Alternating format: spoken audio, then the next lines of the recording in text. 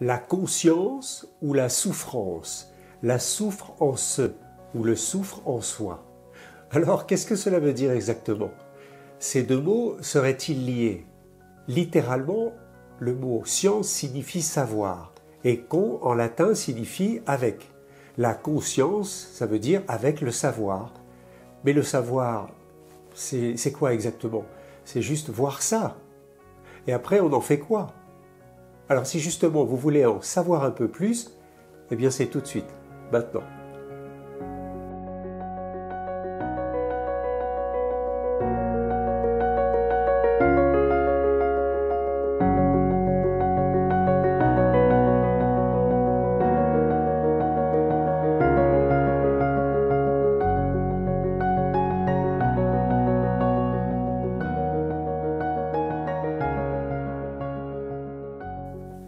Bonjour à vous tous. Eh bien, je suis très heureux de vous retrouver à nouveau sur ma chaîne. Un grand merci d'abord pour tous vos messages et vos compliments. Je sais que vous attendez avec impatience mes nouvelles vidéos et je vais faire de mon mieux pour ne pas laisser trop de temps passer entre chacune d'elles. Et avant de commencer, juste un petit rappel pour beaucoup d'entre vous, eh bien vous me dites, vous êtes abonné mais vous ne recevez pas les nouvelles vidéos. Alors, pour vous abonner, c'est totalement gratuit, il suffit de cliquer sur s'abonner. Mais surtout, n'oubliez pas de cliquer sur la clochette noire qui sonne. Et comme ça, vous recevrez automatiquement toutes les nouvelles vidéos dès qu'elles paraissent sur YouTube. Alors, je vous avais promis une vidéo très importante. Eh bien, installez-vous très confortablement car cette vidéo-là va relier les 6 précédentes en quelque sorte et ça va durer un petit peu de temps. Alors, prenez votre temps et bon visionnage à tous. Voici donc la 7e vidéo d'une première série et avec elle, j'atteins mon objectif. Alors, mon objectif, c'était celui de vous présenter en 7 vidéos de base, comment trouver la vérité de qui nous sommes vraiment, chacun de nous. Comment comprendre qui je suis. Alors, vous l'avez peut-être déjà compris, mais en vérité, nous ne sommes pas du tout des terriens. Eh bien oui, si je vous dis terrien, c'est pas terrible, non? En vérité, nous sommes des êtres divins, des êtres énergétiques, spirituels, incarnés dans un corps humain, sur la Terre. Bien évidemment, nous sommes venus pour faire quelque chose. Nous avons une immense tâche à accomplir et qui va demander à chacun de nous non pas un travail que dans la matière, mais un travail aussi dans la lumière, ce qu'on appelle le travail sur soi. D'où cette nécessité pour chacun d'entre nous de transmuter d'un état terrien que nous croyons être au quotidien tous les jours à l'état divin que nous sommes véritablement, mais que nous avons oublié que nous sommes. Alors, pourquoi ces vidéos? Pourquoi 7? Pour vous présenter, j'ai envie de dire, toutes les bases de cette alchimie du soi. Eh bien, parce que cela correspond aux 7 étapes alchimiques pour transformer le plomb en or.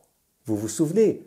L'alchimiste, dans son laboratoire, moitié labor, moitié oratoire, utilisait son creuset pour faire fondre à haute température ce qu'on appelait de la matière première, l'antimoine, on appelle ça le plomb.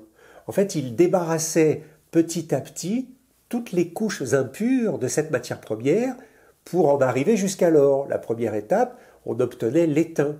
Et puis ensuite, à force de le travailler, on obtenait le fer, et puis le cuivre, et puis le mercure, et puis l'argent, et en dernier, on est censé atteindre l'ultime lumière pure, c'est-à-dire l'or. L'or qui est clair, qui illumine, qui rayonne, qui signifie la force solaire et divine. Ce chiffre 7 est retrouvé de nombreuses fois dans la Bible, ainsi que dans un grand nombre de traditions, de croyances, de légendes, de religions.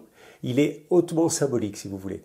Le chiffre 7 évoque la plénitude, la réalisation, la perfection.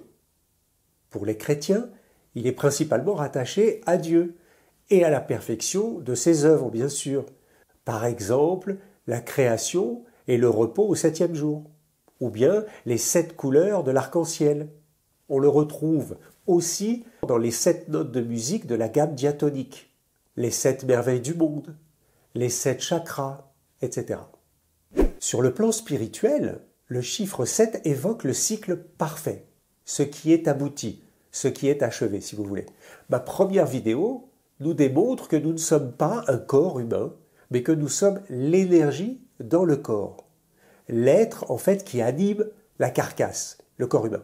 Si on comprend que nous sommes un être, alors la seconde vidéo, eh bien, nous parle de quoi? Mais du mal-être. Du mal-être et surtout comment sortir du mal-être. La troisième vidéo nous prouve que le mal-être n'est pas un hasard. Et oui, que dans la vie, tout ce qui arrive a un sens et on ne tombe jamais par hasard. Mais si la vie nous fait vivre des épreuves, eh bien c'est la quatrième vidéo qui va vous apprendre à garder, comment garder cet équilibre émotionnel à travers les turbulences de la vie et transformer vos émotions désagréables eh bien, par la seule émotion agréable, c'est l'amour. La cinquième vidéo nous délivre le secret, celui du pouvoir créateur, grâce à la puissance de l'énergie du cœur.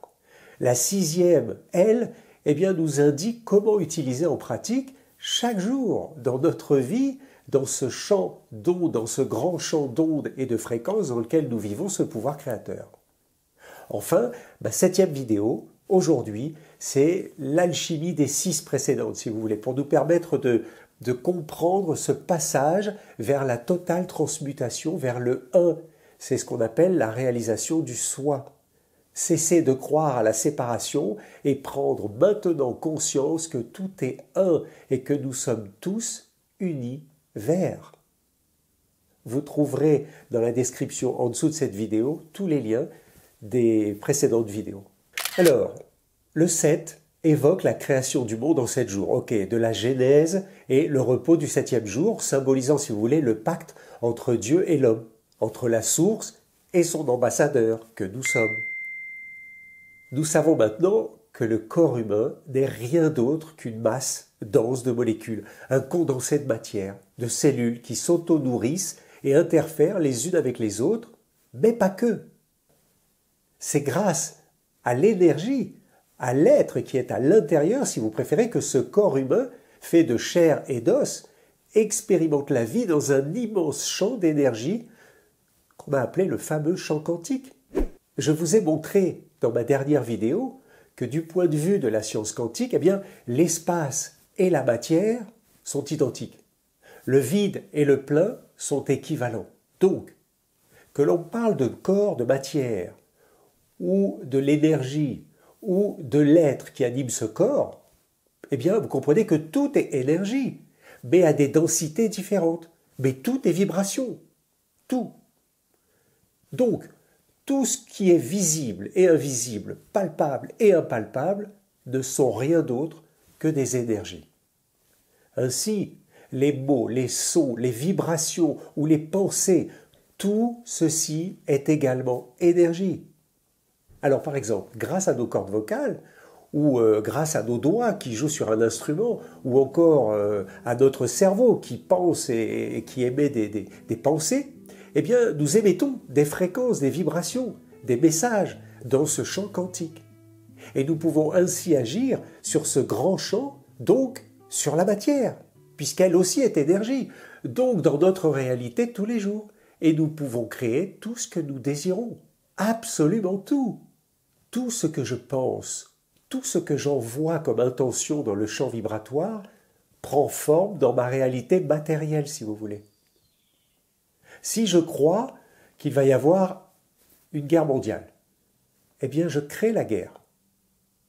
Si je suis contre la guerre, eh bien je crée également la guerre. Et oui, que vous soyez pour la guerre ou contre la guerre, vous envoyez la fréquence de la guerre dans l'univers, et elle se réalise. Imaginez au niveau collectif. Mais si je suis par exemple pour la paix, alors je crée la paix également. Comprenez donc l'importance de bien utiliser vos pensées et vos croyances pour n'envoyer dans le champ que des fréquences agréables. C'est donc notre choix. C'est notre choix qui crée notre réalité dans le champ quantique. C'est mon choix de penser, de croire, de dire et d'agir qui va définir mon quotidien, chaque instant, chaque jour. C'est très subtil, mais maintenant, soyez conscients de ce pouvoir que nous utilisons tous les jours et parfois à notre détriment. Ce n'est pas la faute de quelqu'un, ce n'est pas la faute d'un système. Ce que je vis, en fait, n'est que le reflet de ce que je suis. Vous comprenez maintenant? Dans mes pensées, dans mes intentions, dans mes paroles, dans mes actes de tous les jours, ce que je vous livre est méga important. Car collectivement, vous comprenez que nous pouvons changer radicalement ce qui se passe sur la Terre aujourd'hui. Et il est urgent de le faire. Urgent. La physique quantique nous prouve également que la matière est dotée d'un esprit conscient qui induit sa forme. La matière et l'énergie sont donc indissociables, vous l'avez compris, mais complètement connectés également à l'esprit, le spirit. Si je veux vous résumer pour faire simple, nous sommes la matière, ce qu'on appelle le corpus, animé grâce à l'énergie, qu'on appelle le chi, qu'on appelle l'âme, l'animus. Et maintenant, vous savez que la matière et l'énergie ne peuvent être sans l'esprit, le spiritus. C'est cela le monde d'incarnation dans lequel nous vivons aujourd'hui. Corpus, animus, spiritus. Mais pour vivre en paix, dans l'amour total, inconditionnel, illimité, il est indispensable d'être conscient de cela. Quand je dis être conscient, je ne dis pas qu'il faut savoir que cela existe seulement. Ce n'est pas juste une information supplémentaire que l'on va ranger dans notre mental. Encore une fois, c'est du savoir. Et le savoir, je vous l'ai dit tout à l'heure, c'est voir ça. Être conscient, c'est au-delà d'une information mise dans le mental. C'est expérimenter l'énergie dans la matière chaque jour, chaque instant, en conscience de qui je suis. Ce que je veux dire, c'est qu'il ne faut pas nous comporter comme un personnage ou comme une personnalité. On n'est plus dans le rôle, non. Aujourd'hui, il faut agir tel que nous sommes, avec la plus haute et la plus belle partie de nous-mêmes, sans interférer avec notre mental, sans cacher, sans tricher, montrer véritablement notre authenticité de ce que nous sommes. Il ne s'agit pas de faire des quelconques pratiques quotidiennes ou de lire beaucoup sur le sujet spirituel, et encore moins de faire des stages et autres développements personnels. Alors tout ça, ça existe, mais ce n'est pas nécessaire. Surtout pas d'ailleurs. Rappelez-vous, tout est déjà en nous. Tout est déjà à l'intérieur de nous. Le coffre plein d'or en chacun de nous, vous vous souvenez? Nul besoin d'aller apprendre à l'extérieur, et encore moins de vouloir comprendre avec le mental des rituels ou des techniques. Alors ça, c'est le piège de l'ego, dans lequel tout le monde tombe, je vous rassure. Certains veulent suivre des formations, des enseignements, alors on cherche à être encore plus conscient, on veut apprendre en fait ce que veut dire la conscience, comment je fais pour être la conscience, mais la conscience ne s'apprend pas. Elle est déjà en chacun de nous, elle est partout, il n'y a rien à faire. Vous n'avez absolument rien à faire, juste à être. Le piège de l'ego, c'est de nous faire croire qu'il faut devenir conscient, qu'il y a des choses à faire, il faut être plus spirituel, il faut devenir une meilleure personne. Et en fait, on reste dans la prison du mental, on reste dans l'identification de notre personne que l'on croit être, cet avatar si vous voulez, et c'est encore et toujours rester dans l'ignorance complète de qui je suis. On reste dans la séparation entre le soi et l'ego. Et donc, je reste dans la souffrance. Alors, comment sortir de ce labyrinthe de souffrance? Comment faire pour accéder à la conscience originelle? Eh bien, pour cela, il faut remonter au 5e siècle avant Jésus-Christ. Cela se passe en Inde et un homme nous a montré le chemin. Alors, il était né dans une famille particulièrement fortunée, une famille princière, mais lorsqu'il a vu la misère au pied de son royaume et la pauvreté qui existait, eh bien, il décide tout simplement de tout plaquer. Il plaque tout et il se met en quête de la réelle vérité. Et c'est à ce moment-là qu'il a aussi abandonné son nom, Siddhartha Gautama. En clair, et pour faire très simple, il abandonne tout. Son nom, son titre de prince, sa famille, il se détache complètement de la matière. Il renonce en fait à la vie mondaine pour atteindre l'éveil spirituel. Il s'installe alors sous l'arbre de la Bodhi et il médite longtemps. Il enseigna, dans un langage simple et accessible à tous, l'essence de sa doctrine sous la forme de 4 nobles vérités. Alors, je vais vous en faire ici un très bref résumé. Il a dit « La vie est souffrance ». Voilà. Oui, il a dit ça. Son nom, c'est Bouddha. C'est le nom qu'il a reçu en atteignant l'éveil. Il dit « La vie est souffrance ». Bouddha affirme que si l'on observe attentivement et honnêtement la vie des humains, on ne peut que constater que celle-ci est remplie de souffrance. De la naissance à la mort, en passant par la vieillesse, la vie n'est que souffrance. Ne pas avoir ce que l'on veut est souffrance. Être séparé de ce que l'on aime est souffrance. Être associé à ce que l'on n'aime pas est également souffrance. Alors, comment sortir de là? Comment échapper à cette souffrance? Eh bien, Bouddha nous dit qu'il n'existe qu'un seul chemin, celui de la conscience. Être conscient que la racine de la souffrance, en fait, c'est l'attachement. C'est l'attachement au désir d'avoir, à des envies par exemple, ou au désir de ne pas avoir. Il nous enseigne également que nier le désir ou se priver, mais c'est comme si vous niez la vie elle-même. Pour mettre un terme à la souffrance, nous devons donc tout couper. Il faut couper tous les attachements, matériels, affectifs, tout. Cela peut sembler difficile, mais Bouddha nous précise que si je sais regarder ce qu'il m'arrive dans ma vie avec un autre regard, alors je trouve la libération. Mais la libération de quoi? La libération du mental, la libération de la souffrance, bien sûr, la libération de l'attachement. Attacher, c'est pas libérer. Pour se libérer du mental, il faut regarder ce qui est compliqué, mais avec beaucoup plus de hauteur, beaucoup plus de recul, le plus possible de recul d'ailleurs, donc un maximum de détachement. Voir d'une autre perspective, si vous voulez, chaque situation douloureuse de la vie. C'est la clé pour sortir de la souffrance. Nous n'avons aucun autre chemin. Nous n'avons aucun pouvoir d'agir sur les événements de la vie. Aucun. Nous ne pouvons pas contrôler la vie. C'est impossible. Mais nous avons 100% la possibilité de regarder différemment ce qui nous arrive. Ça oui. 100% le pouvoir. Soit je regarde la situation de mon rôle d'acteur qui souffre.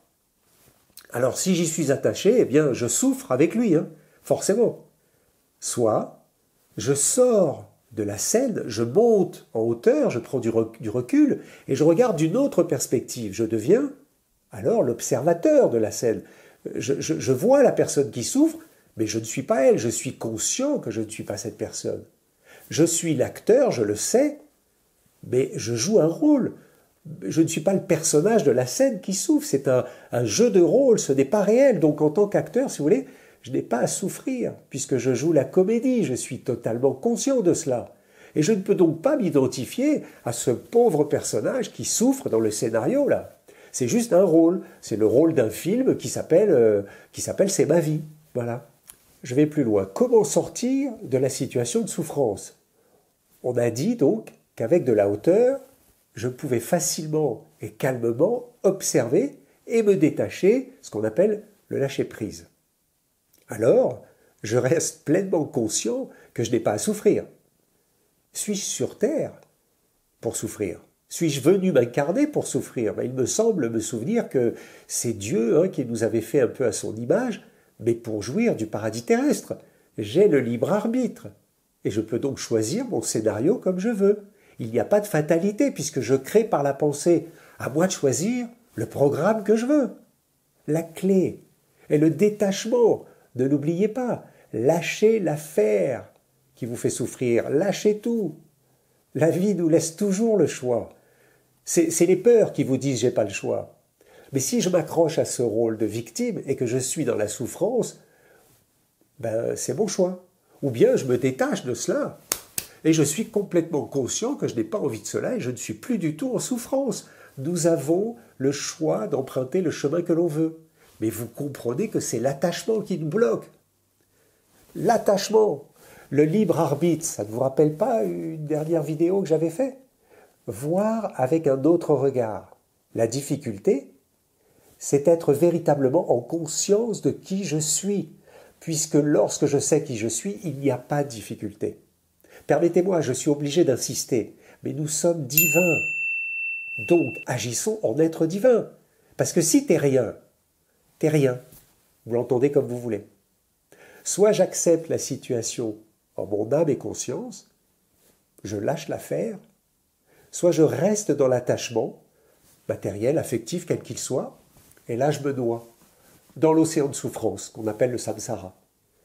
Le chemin vers la cessation de la souffrance, vers la libération du mental, de tous les ennuis, de tous les soucis, et même de toutes vos peurs, il n'y en a qu'un. C'est le chemin de la conscience. Et il n'y a pas d'autre voie possible. Bouddha l'a dit, la souffrance ou la conscience, ce sont les deux seules voies. La réalisation de cette libération est appelée nirvana, l'ultime réalisation du soi. En fait, la Terre, si vous voulez, c'est l'école de cette expérience.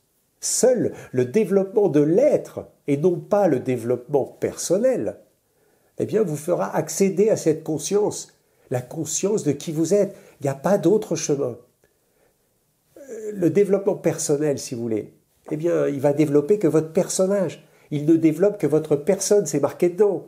En clair, vous développez l'ego, c'est tout ce que vous faites. Travailler le développement de l'être-té, eh bien, c'est être conscient de qui vous êtes. Encore une fois, qui je suis. Qui sommes-nous?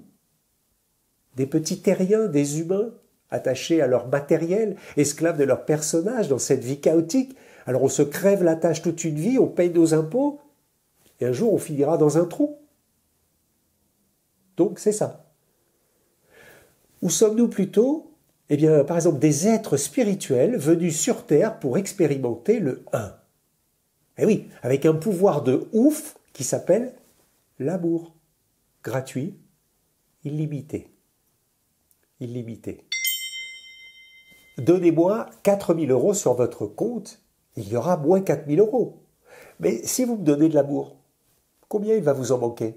Combien il va vous manquer d'amour pour votre conjoint, pour vos enfants, pour votre famille ou pour vos amis? Dites-moi combien. L'amour est illimité. Il est en chacun de nous. Et nous sommes déjà complets en amour. Et depuis notre naissance, nous sommes venus sur Terre pour marcher. Pour marcher sur quoi? Le chemin de la vie. Le chemin de la vie pour nous peler, comme un pèlerin. Un pèlerin qui, couche après couche, s'allège pour découvrir l'incommensurable lumière d'amour à l'intérieur de lui. Le qui je suis. Le pèlerin marche bien vers Compostelle. Compost stella, l'étoile dans la terre, la lumière intérieure. Nous sommes la conscience, rien de plus. Mais évidemment, elle est voilée sous les couches de l'ego, sous les couches de nos peurs. Et il est maintenant urgent de faire sortir cette conscience pour sortir de la souffrance. Urgent. Tout le monde sait que Bouddha désigne une personne qui a réalisé l'éveil, c'est-à-dire qui a transcendé la dualité du samsara et du nirvana. Mais Bouddha, en sanskrit, bien littéralement, ça signifie bu mental et da au-dessus. Au-dessus du mental. Qu'y a-t-il au-dessus du mental? La conscience. Bouddha n'était pas le seul, bien évidemment, à être venu nous montrer le chemin. Jésus de Nazareth, pour n'en citer qu'un seul, est venu également éclairer toute l'humanité. Alors certes, avec une courte carrière de prédications itinérantes, mais son message était clair. En Galilée, il arrive et il dit au peuple, « En vérité, je vous le dis, je suis la lumière de Dieu. » Cela voulait dire, « Je suis l'ambassadeur de la source. Je viens vous apporter le message, je viens vous montrer. » Il rajoute, « Si vous venez avec moi, je vous montrerai l'éternité. » En clair, ça voulait dire, si vous suivez mon enseignement, si vous écoutez mes paroles, alors vous découvrirez que vous êtes éternel et que vous n'êtes pas ce corps de chair mortelle. Vous êtes éternel. Mais si vous restez, alors vous mourrez dans vos péchés. Et cela voulait dire que si vous ne me croyez pas, si vous ne suivez pas mon enseignement, alors vous mourrez dans votre ignorance. Ces paroles collent parfaitement aujourd'hui à ce que vit notre humanité, aujourd'hui. L'ignorance actuelle de la majorité des peuples sur Terre aujourd'hui est beaucoup trop importante pour que les humains soient heureux. Il n'y a plus d'humains heureux. Cette ignorance n'est que l'illusion mentale, n'est qu'un voile qui déforme en fait la réalité de ce que nous sommes vraiment. Nous ne sommes pas des êtres humains. Nous sommes des êtres divins, dans une enveloppe humaine. Et qui dit être divin, dit créateur, être éternel. À partir de là, de quoi pourrions-nous bien avoir peur? Les peurs ne sont que l'imagination du mental. Et elles nous placent diamétralement opposés à l'amour. Elles nous placent en basse fréquence et donc forcément vulnérables. Tout ce qui existe sur Terre et au-delà de la Terre est cette fréquence d'âme aour, de lumière d'âme. Elle est partout. Elle ne peut pas disparaître, elle éclaire tout. Au pire, elle peut être un peu voilée, et alors on appelle ça de la lumière sombre. Alors certains appellent ça l'obscur, mais l'obscurité n'est pas réelle. L'obscurité est en vérité de la lumière, assombrie par l'ignorance. Depuis bien trop longtemps, l'humanité est dans l'obscurité. Et maintenant que la lumière arrive en force sur la terre, elle éclaire. Elle éclaire de toutes parts, toutes les parts d'ombre de nos vies individuelles et collectives. Elle éclaire nos peurs, elle éclaire nos souffrances, nos fausses croyances. Et enfin, nous pouvons tous constater que nous n'acceptons plus de souffrir ainsi. Alors il nous faut maintenant changer quelque chose. Eh bien, c'est le moment. Il n'est pas question de changer le décor de nos prisons. On ne va pas rajouter de la moquette et des tableaux de luxe, non. Il faut maintenant changer littéralement notre façon de voir ce que l'on nous montre. Changer notre façon de regarder la vie. Plus de recul. J'arrête de croire que je suis mortel, et donc dans l'insécurité, impuissant dans ma vie, et je prends conscience, mais que je suis une particule d'onde, une énergie, une fréquence, celle qui vibre à la plus haute et à la plus lumineuse harmonique avec l'univers. J'appartiens à ce grand tout. Je suis la vie. Je suis éternel et je me connecte à la conscience de l'univers. Je suis. Être en conscience signifie ne plus penser, ne plus se laisser diriger par nos programmes mentaux, mais être pleinement éveillé de notre vraie nature, de ce que je suis, de la lumière, et complète en amour. Le chiffre 7 représente les 7 forces de l'univers, comme le chandelier à 7 branches hébraïques. Alors d'un côté, nous avons le monde créature, et de l'autre côté, le monde créateur. D'un côté, le minéral, le végétal et l'animal, et de l'autre, bien sûr, Dieu, les archanges et les anges. Alors au milieu, la 7e branche, l'homme, mais l'homme avec un grand H, moitié humain, moitié divin. Bon, il n'existe pas encore, ok, il arrive. Les événements actuels planétaires, eh bien, le conduisent maintenant à prendre sa place. Je parle de nous, je parle de vous. C'est l'éveil qui nous conduira vers la conscience de ce que nous sommes vraiment. Cet homme peut enfin naître. Pour le moment, si vous voulez, l'homme n'est encore qu'une simple esquisse, un échantillon. Il commence à peine à réaliser qu'il est le pont entre le monde créateur et le monde créature, mais c'est que le début. Il est la seule création de Dieu, capable d'être moitié terrien, moitié divin. La pure conscience incarnée sur la terre. La pure conscience de l'univers incarné dans la matière. Voilà ce qu'est l'homme nouveau. L'homme de demain, l'équilibre parfait entre l'esprit et la matière. Bien sûr, à la condition d'atteindre la conscience et de vivre simultanément l'esprit dans la matière. Vivre que dans l'esprit, eh bien, c'est un petit peu comme nier la matière, et ça veut dire je fuis ma responsabilité terrestre. On ne peut pas vivre que perché. Et vivre que dans la matière, alors là, c'est la mort, assurément. La tâche que devra accomplir l'homme nouveau, c'est bien sûr de vivre l'esprit et la matière en même temps, grâce à la conscience. Et oui, ainsi il devient pure lumière sur la terre. Voilà le job, mes amis. Ces deux énergies de lumière et de matière ne font plus qu'un. Ce fameux un dont je vous parle toujours, le je suis. Quelle incroyable transmutation possible, n'est-ce pas, hein? C'est pour cela que nous venons sur la terre. Nous sommes là pour ça. Enraciner la lumière dans la matière, c'est tout. Et ainsi transmuter la dualité. Ce monde de dualité, on doit le transmuter en unité. Le un. Maintenant que vous savez tout cela, eh bien n'oubliez pas qu'il va falloir abandonner votre mental. Et oui, abandonner le mental pour monter en conscience. Accepter de laisser mourir l'ego pour enfin laisser renaître ce que vous êtes, déjà. Science sans conscience n'est que ruine de l'âme. C'est pas moi qui l'ai dit. Ok, je fais le vœu que cette vidéo puisse vous aider à trouver la voie du cœur et à laisser tomber la voie du mental, sans faire la guerre, mais ascensionner dès maintenant grâce aux puissantes énergies que reçoit la Terre. Elle va pousser l'humanité vers une évolution collective qu'elle mérite. Il est temps de nous relier au champ de conscience supérieur et ainsi de vibrer la source, la fréquence divine. La Terre doit maintenant accoucher de ce nouvel homme pour le nouveau monde qui arrive maintenant. Ce nouveau monde est fait d'âme aour, de lumière d'âme. Notre tâche à tous est d'ancrer maintenant cette lumière dans la réalité physique de la planète, pas de faire la guerre. Arrêtons de croire au danger de la vie. Rien n'est dangereux, rien, puisque vous le savez maintenant, tout est danger, heureux. Nous devons abandonner notre ego et nos personnages sans aucune crainte. Il est temps d'en faire le deuil et d'éclairer de notre lumière intérieure chaque instant de nos vies, chacun de nous.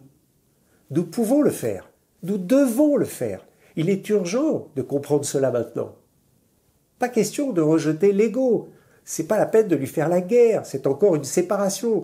Si je fais la guerre à mon ego, je suis dans la dualité. C'est un piège, encore une fois. Je lui en veux pas. Nous devons l'aimer pour ce qu'il est, en prenant conscience qu'il est lui et que nous sommes nous, bien plus grands que lui. C'est rien du tout. Le mental n'est rien. Nous sommes bien plus grands, avec un champ de conscience bien supérieur à lui. Il faut accepter de nous séparer de lui et de ce que nous croyons être à travers lui. Nous ne sommes pas cela. L'ego est juste une identité, un avatar. Nous devons cesser de croire que nous sommes cet avatar, ne plus vouloir devenir quelqu'un, mais être conscient que nous sommes tous un fragment de la source, des ambassadeurs de la lumière divine. Ce sont nos croyances qui nous empêchaient de voir cela, qui nous empêchaient de voir qui nous sommes véritablement. C'est la personne qui souffre dans la vie, jamais l'être divin que nous sommes. À vous maintenant de reprendre votre place. Personne ne peut faire cela pour vous. Vous devez arrêter de croire, mais avoir maintenant la foi en ce que vous êtes. Lâchez vos peurs imaginaires. Sautez dans ce grand champ quantique d'amour. N'ayez pas peur de mourir dans ce grand saut. On ne peut pas mourir. Ce n'est pas vous qui mourrez. Votre ego. C'est tout. Alors, ne sautez pas avec l'envie de vous en défaire, mais faites cela depuis l'espace du cœur, de la foi, et abandonnez-vous totalement à la grâce divine, ce que vous êtes déjà. Vous n'êtes pas seul. Nous sommes tous ensemble. L'humanité aujourd'hui est face à ce choix de vie. Alors acceptons de nous laisser traverser par cette force d'amour universelle et incarnons cette lumière sur la nouvelle terre. Soyons la plus belle et la plus haute partie de nous-mêmes. Soyons divins. Soyons dans l'amour. Soyons la lumière christique. Soyez heureux. À bientôt.